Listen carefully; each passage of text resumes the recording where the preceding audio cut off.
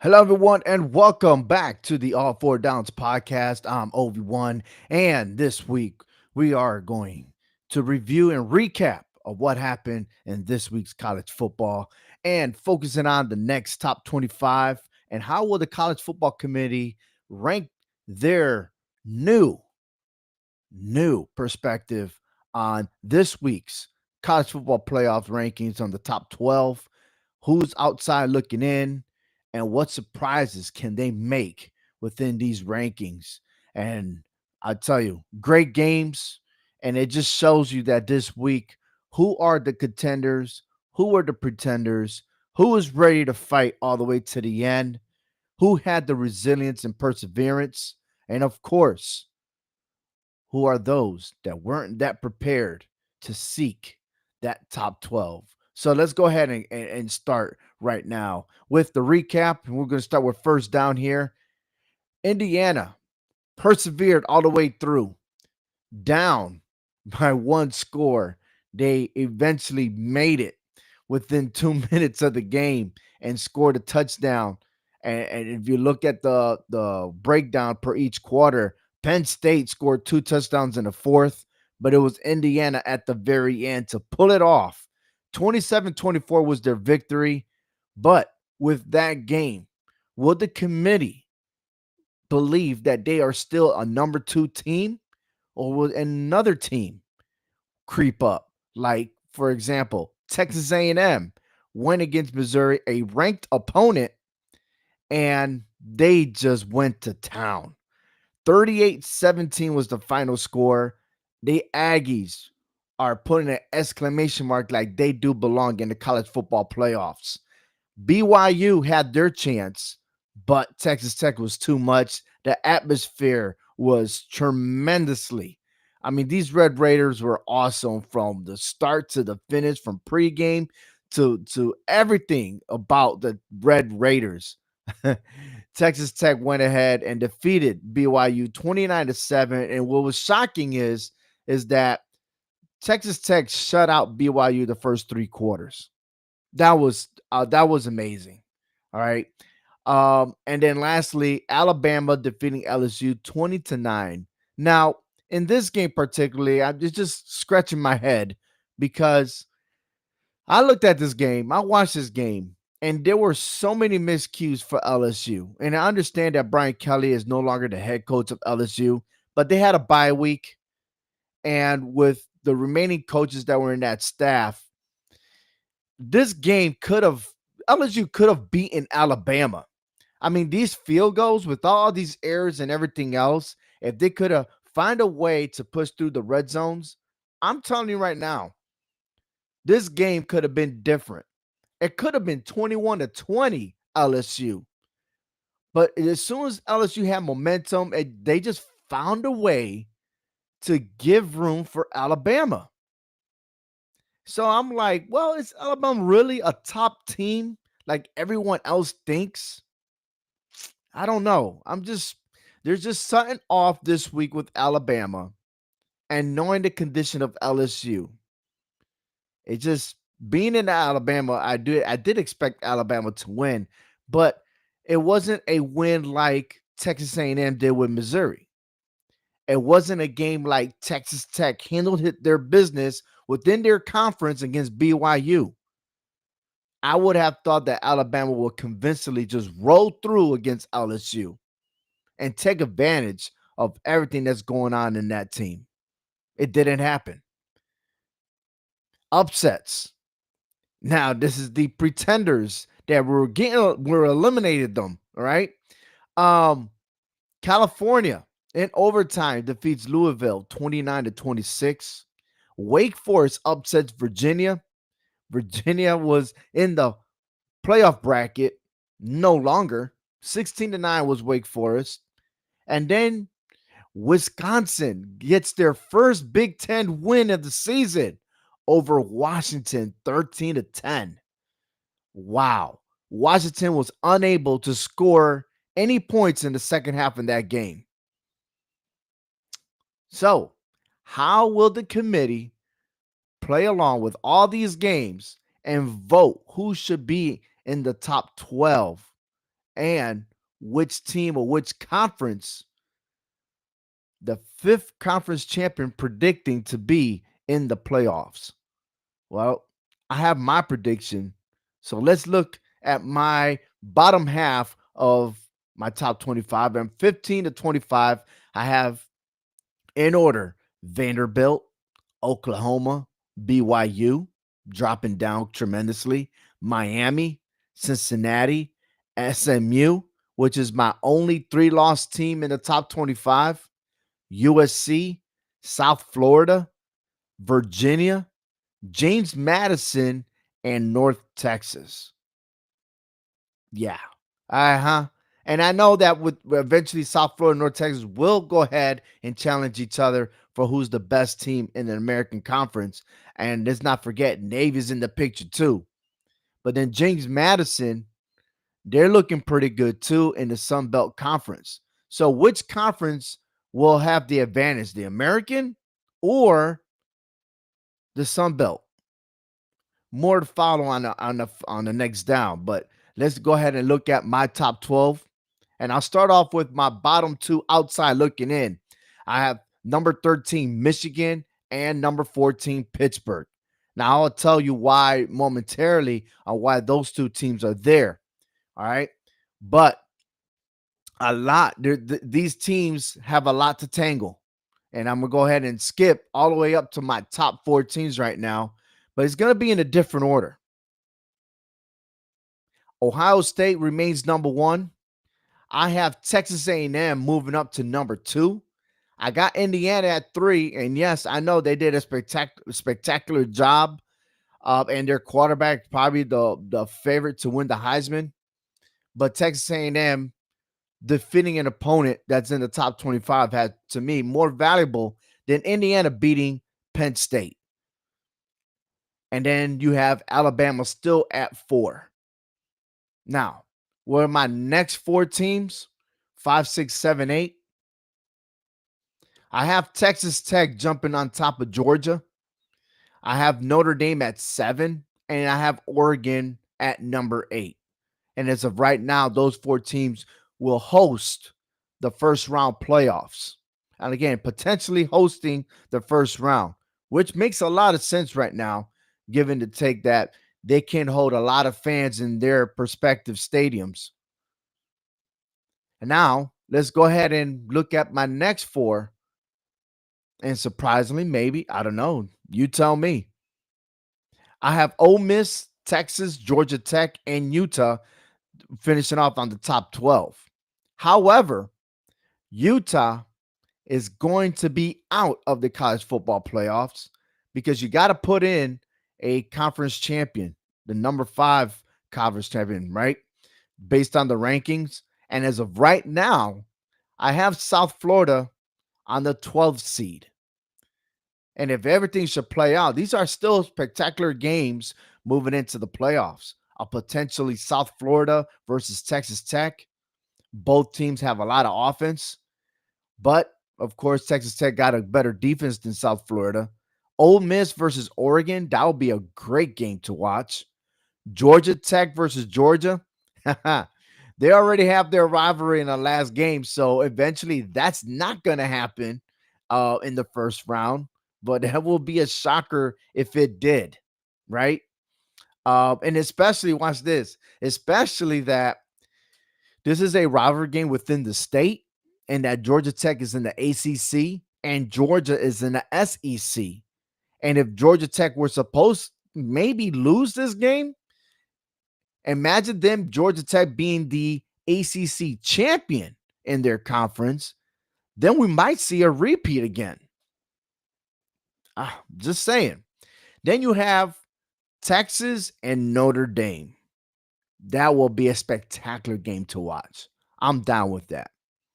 And then, of course, these teams moving on to the quarterfinals to face Alabama, Ohio State, Indiana, Texas A&M. But potentially, this could be a great picture as of now for the college football playoffs.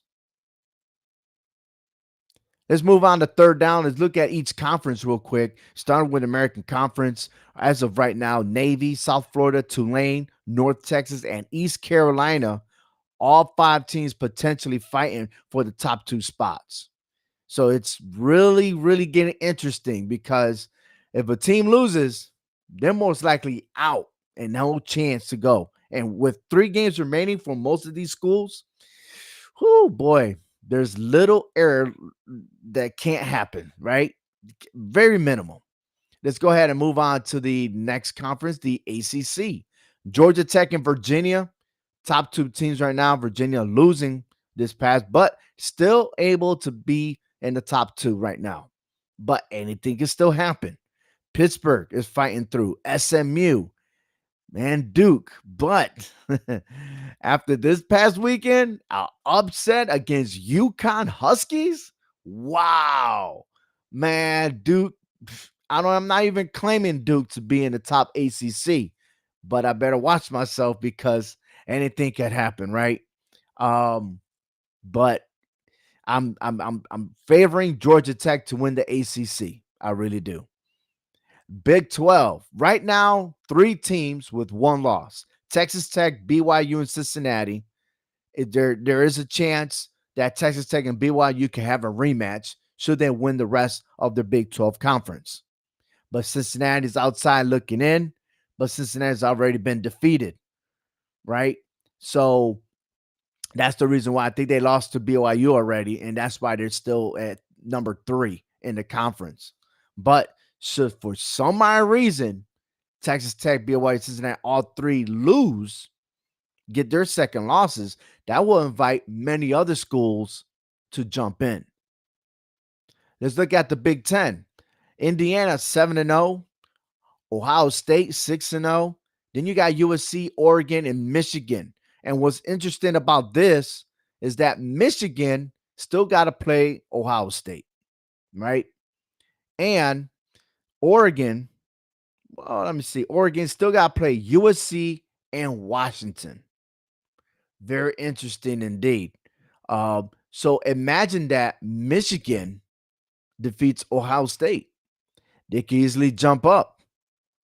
But would it be good enough if other teams, right, like USC and Oregon, they lose? They could jump up and face Indiana. Because right now, Indiana, they got 3 games left, but they really ain't playing nobody. They're not even the top 25. But those are the sleeper ones. So Indiana still got to watch out. Just saying. Let's move on. The Conference USA, Kennesaw State and Jacksonville State. Could they be potentially move up? I don't have them ranked, but I don't think the committee has them ranked. But I'm just putting those 2 teams out there because, like I said, anything could happen. The Mid-American Conference, a 4-way team race with Ohio, Miami, Buffalo, Western Michigan, but neither of those 4 teams will be in the top 25, let alone probably not even the top 30. In the Mountain West Conference, San Diego State and Boise State. San Diego State had a chance to make some noise, but they lost, and that's a wrap for the Mountain West Conference to even come close. And then you got the Southeastern Conference, the SEC, Texas A&M, Alabama, both teams undefeated. Georgia, Ole Miss, and Texas. Look, even if Ole Miss will tie Georgia, yes, the tiebreaker goes to Georgia, but Georgia would need Texas A&M to lose one game, and they would jump up to have that rematch with Alabama. Alabama loss really doesn't mean anything because they still own the tiebreaker against Georgia. Wow. Amazing how this race is going to be tight. And the fact that this weekend, Georgia versus Texas is probably the game of the week. Can Texas rebound? And the way things are going, I think this is going to be a tough game for Georgia because they haven't been able to play all 4 quarters. I mean, last week against Mississippi State, they eventually started scoring in the second quarter, and then they drove on. But it's just the way they start their games. I just sometimes left scratching my head. And then lastly, Sun Belt Conference, James Madison, Southern Miss, both teams undefeated. Will they have a chance to maybe creep up over the American Conference and seek in or get the step in to the college football playoffs. There's a lot of football left, but there are other things, and I need to go back because on my top 12, because again, a lot is at stake here. And I'm gonna go in order from 1 through 14 right quick. All right. Ohio State, as I mentioned, plays Michigan. They got 3 games remaining. Anything can happen in that game. And Michigan still has an advantage against Ohio State because Ryan Day is still struggling to beat Michigan. Or is it because all the cheating scandals that Michigan was doing that prevented Ryan Day to be successful? Texas A&M, they have to play against Texas. You got Indiana, who the remaining 3 games probably doesn't mean anything. Actually, Indiana has 2 games left. Then you got Alabama, 3 games left. They have to play Oklahoma this weekend. And then their rivalry game against Auburn, anything can happen there. Texas Tech, 2 games remaining. No teams affected, really. They just got to play their game and win out. Georgia, 2 games, 2 ranked opponents. They play Texas this weekend and their rivalry game against Georgia Tech. Notre Dame will play Pittsburgh on the road. Oregon still has USC and Washington. Ole Miss, relaxing for the remaining 2 games, but don't fall asleep on your opponents. I mentioned Texas already, Georgia, and then they lastly got to play Texas A&M. Georgia Tech has to play Pittsburgh and Georgia. And then what's fascinating about Pittsburgh themselves, that if I have them at rank 14, they have a chance to creep up because their next 3 games, the only 3 games left, are all ranked opponents.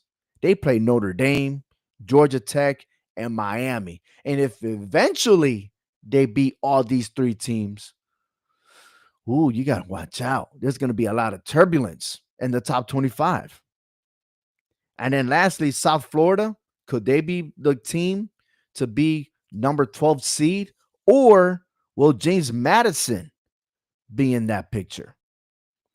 Interest to know what's going to happen with the college football committee moving forward as they announced their second announcement this Tuesday on ESPN. And I'm definitely going to stay tuned to that and have a reaction right after the rankings to see if I was on point or is the committee made and how you say this an awesome rankings pretty much, or are we going to debate as to who should be seated where? There's still plenty of football. We're a month away from finishing the college football season. I can't believe it's going this fast. Oh man, unbelievable, but I like it. It's 4th down and my final whistle was this: there are plenty of games, I'm telling you. I know it's only 3 games, but there's just plenty to watch. All right. The biggest lesson is really you got to step up and finish. And I'll take that from Indiana. Congratulations on their victory because no matter what, the talent is spread apart. It really is. And to find that perseverance the way Indiana did in that game against Penn State, and Penn State, they gave it their all. They gave it a shot, man. Just you guys allowed Indiana to have time to make a comeback. All right. Um, but the teams trending up again, top 4 teams, man. That's where it's at. Ohio State looking good. Should they be number 1 or should the Aggies be number 1? What do you think? How's my top 25? And how's everything else fitting in this picture? You let me know in your comments. Please leave your comments below. Thank you for watching the All Four Downs podcast. Don't forget to subscribe or like us on Facebook. Follow us through until we get set for the next rankings and the next prediction of the games this weekend. So stay tuned this Tuesday here on All Four Downs. Take care, everyone. God love some football.